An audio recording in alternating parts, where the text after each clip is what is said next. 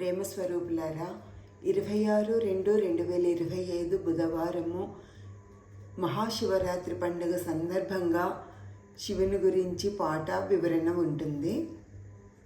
ఓం నమః శివాయ, ఓం నమః శివాయ, ఓం నమః శివాయ, ఓం నమః శివాయ. నాద శరీర వేద విహార శివ శివ శంభో శంకర, ప్రణవ స్వరూప జై జగదీశ, హర హర శంభో మహాదేవ.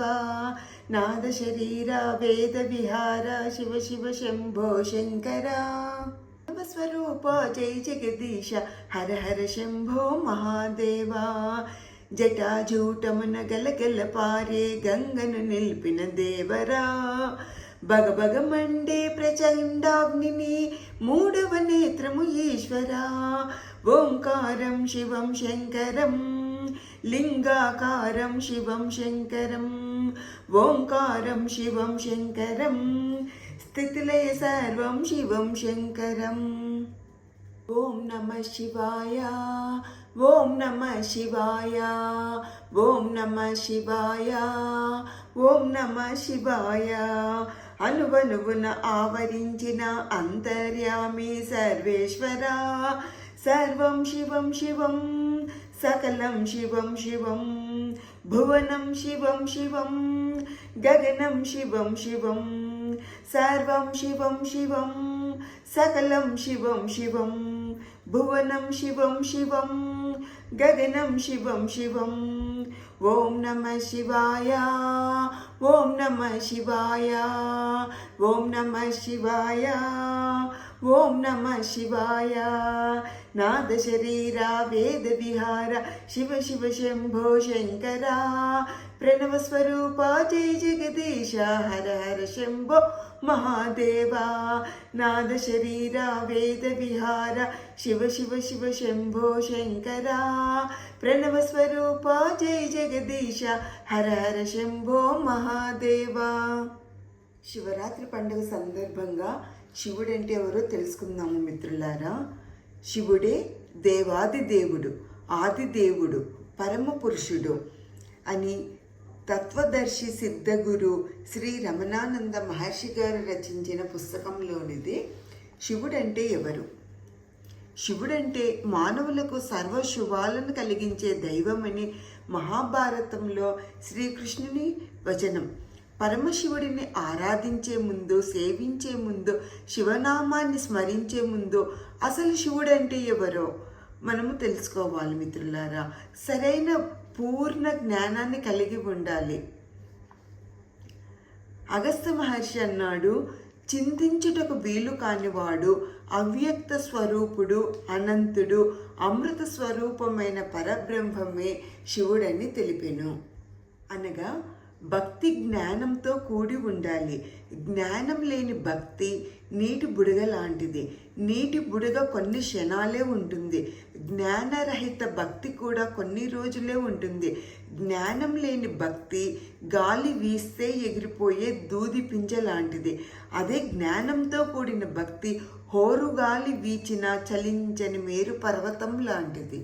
ఎవరు ఆదిదేవుడో, ఎవరు అనాది దేవుడో, ఎవరు నిరాకారుడో, ఎవరు నిర్గుణుడో ఆ మూలదైవమే శివుడు. ఎవరి నుండి బ్రహ్మ విష్ణు రుద్ర మహేశ్వరులు ఆవిర్భవించారో, ఎవరు బ్రహ్మ విష్ణు రుద్ర మహేశ్వరులకు ఆధారమో, ఎవరు బ్రహ్మ విష్ణు రుద్ర మహేశ్వరులకు అతీతమో, ఎవరిని బ్రహ్మ విష్ణు రుద్ర మహేశ్వరులు సదా సేవిస్తుంటారో ఆ పరమ పురుషుడే శివుడు.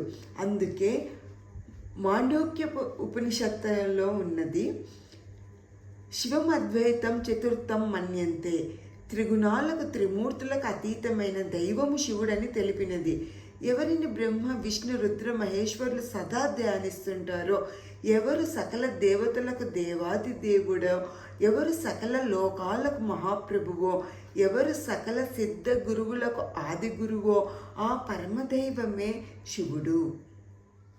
శ్వేతాశ్వత రూపనిషత్తులో ఉంది, తం దేవతానం పరమం చ దైవతం. సకల దేవతలందరిలోనూ శివుడు పరాత్పరుడు. దేవాది దేవుడని తెలిపినది. ఎవరు సత్యస్వరూపుడో, ఎవరు నిత్యస్వరూపుడో, ఎవరు సర్వత్రా వ్యాపించి ఉన్నారో, ఎవరు సర్వాంతర్యామియో, ఎవరు సర్వశాసకుడో, ఎవరు సర్వలోక పాలకుడో ఆ పరంధాముడే శివుడు. ఎవరు సర్వజీవులలో చైతన్య స్వరూపంగా ప్రకాశిస్తున్నాడో, ఎవరు సకల ప్రాణులకు ఆధారమో, ఎవరు ఈ విశ్వంను సృష్టించారో, ఎవరు ఈ విశ్వంలో అణువణువును వ్యాపించి ఉన్నాడో ఆ పరాత్పర దైవమే శివుడు అని తెలిపినది.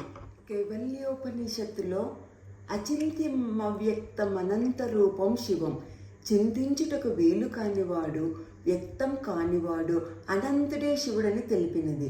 ఏ దైవాన్ని శ్రీకృష్ణుడు సదా ధ్యానించాడో, ఏ దైవం కోసం శ్రీకృష్ణుడు ఘోరంగా తపస్సు చేశాడో, ఏ దైవాన్ని శ్రీకృష్ణుడు భూలోకంలో అనేక చోట్ల ప్రతిష్ఠించాడో, ఏ దైవాన్ని శ్రీకృష్ణుడు గుణగానం చేశాడో ఆ జగద్గురువే శివుడు. ఏ దైవాన్ని శ్రీరాముడు భూలోకంలో అనేక చోట్ల ప్రతిష్ఠించాడో, ఏ దైవాన్ని శ్రీరాముడు సదా ధ్యానించాడో, ఏ దైవాన్ని శ్రీరాముడు కొలిచి రావణుడిని సంహరించాడో, ఏ దైవాన్ని శ్రీరాముడు భక్తితో లోకంలో ప్రచారం చేశాడో ఆ ఆత్మారాముడే శివుడు. ఎవరి సాక్షాత్కారం పొందితే జీవుడు మోక్షాన్ని సాధిస్తాడో, ఎవరి సాక్షాత్కారం పొందితే జీవుడు నేనే పరబ్రహ్మమని గ్రహిస్తాడో, ఎవరి సాక్షాత్కారం పొందితే జగత్తు మిథ్య అనే సత్యాన్ని గ్రహిస్తాడో, ఎవరి సాక్షాత్కారం పొందితే జీవుడు బ్రహ్మానందాన్ని పొందుతాడో ఆ సచ్చిదానంద స్వరూపమే శివుడు. ఎవరు సర్వ మతాల సారమో, ఎవరు సర్వ మతాల గమ్యమో, ఎవరు సర్వ మతాల దైవమో, ఎవరు సర్వ మతాల మహాగురువో ఆ సదానంద స్వరూపమే శివుడు. అందుకే నిరాళంబోపనిషత్తులో ఉన్నది, ఆది అంతాలు లేని అనంతమైన నిర్గుణ శాంత స్వరూపమే శివుడని తెలిపినది. ఎవరిని వేదాలు కీర్తించాయో, ఎవరు సకల వేదసారమో, ఎవరు సకల వేదసార గమ్యమో, ఎవరి నుండి వేదాలు ఉద్భవించాయో ఆ సుజ్ఞాన స్వరూపుడే శివుడు.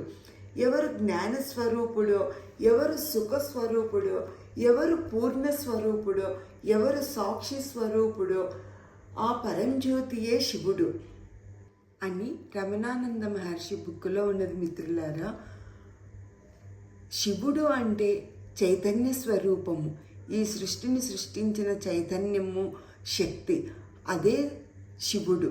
ప్రతి ఒక్కరిలో ఉన్న ఆ చైతన్య స్వరూపమే శివుడు.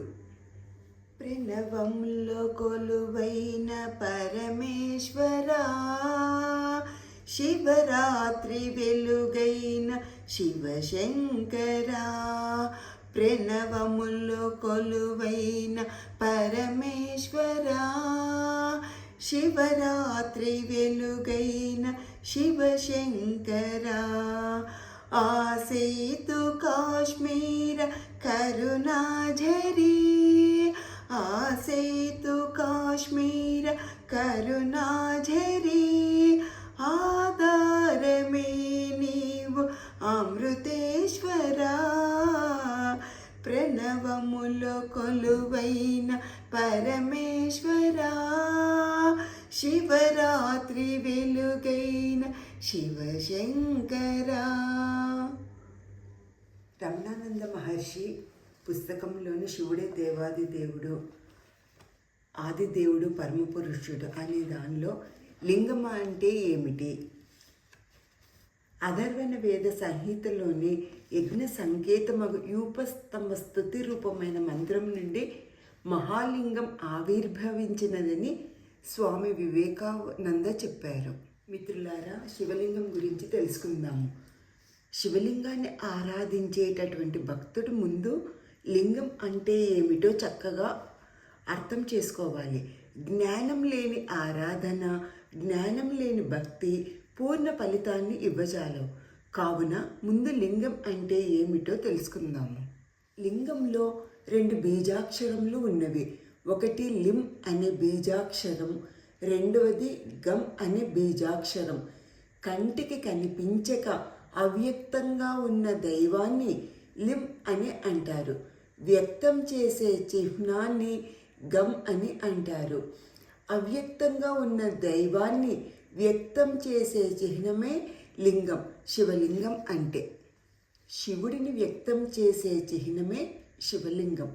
ఒక దేవతకు కానీ, ఒక సిద్ధ గురువుకు కానీ, ఒక సాధారణ వ్యక్తికి కానీ యథాతథంగా చెక్కిన విగ్రహం ఏ విధంగా ప్రతిరూపమో చిహ్నమో ఆ విధంగా లింగం శివునికి ప్రతిరూపం, చిహ్నం ఇది. ఒక విగ్రహాన్ని చూడగానే ఆ విగ్రహానికి సంబంధించిన దేవత ఏ విధంగా జీవుల హృదయాలలో స్ఫురిస్తుందో, లింగాన్ని చూడగానే జీవుల హృదయాలలో శివుడు స్ఫురిస్తాడు. లింగం అంటే ఏమిటో శాస్త్రం ఈ విధంగా తెలిపినది. లైనాలింగం ఉచ్యతే, లీనం చేసుకునేది ఏదో దానిని లింగమని అంటారు. లీయతే గమ్యతే ఇతి లింగం, నిష్క్రమణ ప్రవేశన మిథ్యాకాశస్య లింగం. లయమై ఆలయమై జనన మరణాలకు ఏది కారణంగా ఉన్నదో దానిని లింగమని అంటారు. లీయతే ఇతి లింగ, సర్వం దేనిలో లయిస్తుందో అదే లింగం. ఆత్మస్వరూప మనసు దేనియందు లయిస్తే జీవుడు సాక్షాత్ శివుడిగా ప్రకాశిస్తాడో ఆ పరంధామమే లింగం.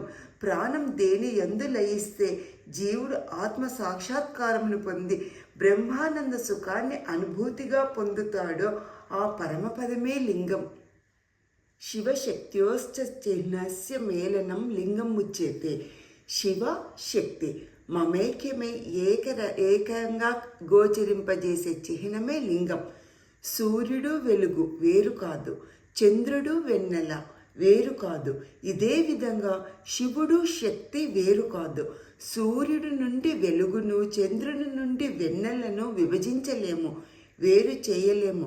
అదేవిధంగా శివుడిని శక్తిని విభజించలేము, వేరు చేయలేము. మిత్రులారా, శివ మహాపురాణం ప్రకారము పీఠం దేవీ స్వరూపం, లింగం చిన్మయ స్వరూపం. శంకరుడు పార్వతిని సదా అంకముపై ధరించినట్లు లింగం సదా పీఠంతో కూడి ఉండాలి. లింగాన్ని ఈ విధంగా స్థాపించి పూజించవలనని తెలిపినది శివ మహాపురాణం. శివలింగంలో 2 భాగాలు ఉంటాయి. ఒకటి లింగం, 2 పీఠిక. పీఠికని వేదికయని పానపట్టమని అంటారు. లింగం పరబ్రహ్మానికి సంకేతమైతే పీఠిక పరాశక్తికి సంకేతం. అగ్నిలో దహన శక్తి ఏ విధంగా అంతర్గతంగా ఉంటుందో శక్తి ఆ విధంగా శివుడిలో ఉంటుంది. అగ్ని నుండి దహన శక్తిని వేరు చేయడం అసాధ్యం, అసంభవం. అదేవిధంగా శివుడి నుండి శక్తిని వేరు చేయడం అసాధ్యం, అసంభవం. ఈ జ్ఞానాన్ని బహిర్గతం చేయడం కోసమే పానపట్టంతో సహా లింగాన్ని పూజిస్తారు. స్కాంద పురాణంలో ఆకాశము లింగముగా, భూమియే వేదికగా, బ్రహ్మాండాన్ని ఆవరించిన మహాదైవమే శివుడు. ఆత్మస్వరూప ప్రతి ప్రాణిలో ప్రకాశించే పరబ్రహ్మమే లింగం. సర్వజీవుల జీవశక్తియే లింగం. సమస్త చరాచర ప్రపంచానికే ఆధారమే లింగం. సమస్త చరాచర ప్రపంచాన్ని నడిపించే శక్తియే లింగం. అఖిల లోకంలో వ్యాపించిన మహాదైవమే లింగం. లింగమును సూర్యుడు కానీ, చంద్రుడు కానీ, అగ్ని కానీ ప్రకాశింపచేయలేవు. స్వప్రకాశుడు విశ్వేశ్వరుడు పాతాళం నుండి సర్వలోకాలను అధిష్ఠించి ఉండును. ఆ లింగ స్వరూపమే ఈ బ్రహ్మాండము. ఆత్మస్వరూప శివుడు మాయతో కూడి సదాశివుడుగా ఆవిర్భవించాడు. లయకార్యం నిమిత్తమే సదాశివుడే రుద్రుడిగా ఆవిర్భవించాడు. అందుకే రుద్రుడు తాను నామరూపాలు లేని లింగ స్వరూపుడనని వ్యక్తం చేశాను. ఇక లింగం అంటే అనంతమైన దివ్య తేజస్సు అని, ఆ తేజస్సు స్వయం ప్రకాశమని రుద్రుడు బహిర్గతం చేశాను. ఈ తేజస్సు సూర్యుడు ప్రసాదించే, చంద్రుడు ప్రసాదించే, అగ్ని ప్రసాదించే తేజస్సు కాదు. సూర్యుడిని, చంద్రుడిని, అగ్నిని ప్రకాశింపజేసే మహా తేజస్సు. కాబట్టి లింగం అంటే అనంతమైన స్వయ ప్రకాశమైన దివ్య తేజస్సు. లింగం అంటే మూల దైవం. లింగం అంటే ఆది దైవం. లింగం అంటే అనాది దైవం.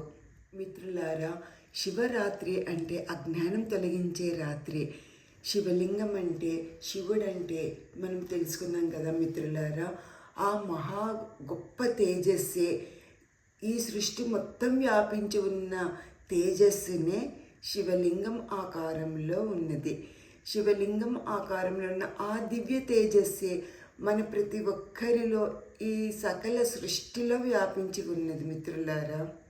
ఈ సృష్టిలో ఉన్న తేజస్సుని మనలో ఉన్న ఆ తేజస్సుతో లయం కావడమే శివరాత్రి యొక్క ముఖ్య ఉద్దేశ్యము. మిత్రులారా, శివరాత్రి ఒక్కరోజే కాకుండా ప్రతిరోజు కూడా మనలో ఉన్న తేజస్సుతో ఆ మహా దివ్యమైన తేజస్సుతో లయం కావడానికి ప్రతినిత్యము మనము కళ్ళు మూసుకొని శ్వాస మీద ధ్యాసతో అనుసంధానం అవుదాం మిత్రులారా. అందరికీ మహాశివరాత్రి పర్వదినాన అందరికీ శివరాత్రి శుభాకాంక్షలు. Thank you friends. ఆ మహాశివునికి నా ఆత్మపూర్వక నమస్కారాలు. అందరికీ నా హృదయపూర్వక అభినందనలు. Thank you friends. మిత్రులారా, శివరాత్రి అంటే శివలింగం అంటే ఏమిటి అని నేను తెలుసుకున్న జ్ఞానాన్ని మీ అందరి ముందు ఉంచినాను. కృతజ్ఞతలు అందరికీ.